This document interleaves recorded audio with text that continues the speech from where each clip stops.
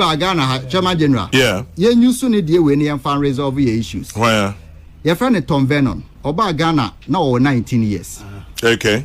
Obey attachment to House of Fuko Bruni. Now also on Nam Ghana no 2000 year 2000.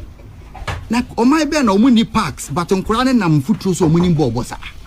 E na one ne girlfriend on the ba Ghana. My apartment or more rent here. Chairman, apartment on the girlfriend rent here 19-year-old man. And was Saturday so picking Kwadi or Makum. Tom Vernon. Or picking Kwadadi or Mukum. 16 players and we'll put you together from Ghana. Yeah. And what they started so T Academy.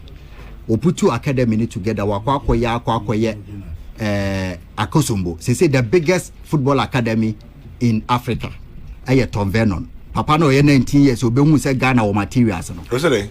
The biggest football academy. Ye rate omo. Ewe. Ewo Akosumbo. Na biggest football academy Africa. Africa academy individual. Ewo my meso. Ewo Akosumbo. Akosumbo way. Ghana. How? It is worth they say Egyptian be the 150 million pounds abeshim. Papa na atiti kudus. Ono Titi Kudus. Kamal Dean. Right to dream. Kamal Sowa. Players na they call work up no. Ono na produce omo.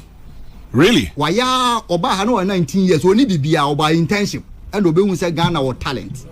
Waya koto the first African to buy an European side. Yes, papa no. Wakoto Timo Denmark, North Zealand.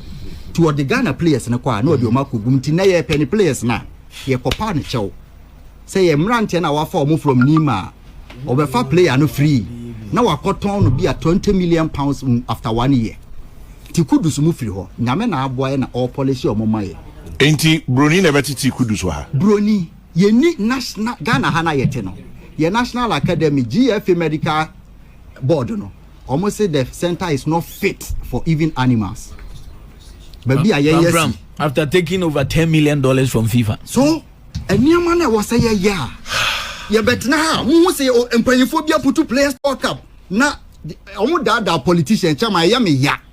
Omo timi bo wura president ho.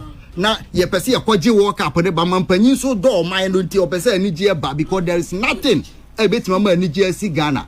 Ete se sade no. Then na omo de adi omochi. Na sika ko wuram. Chairman. Papa no academy no start here no. Or the $5,000. Onya is can start on fie. And was starting yes. They say it is the biggest. Ghana for any center you bet me the players 20 akoda ho say you picking the best 20 players across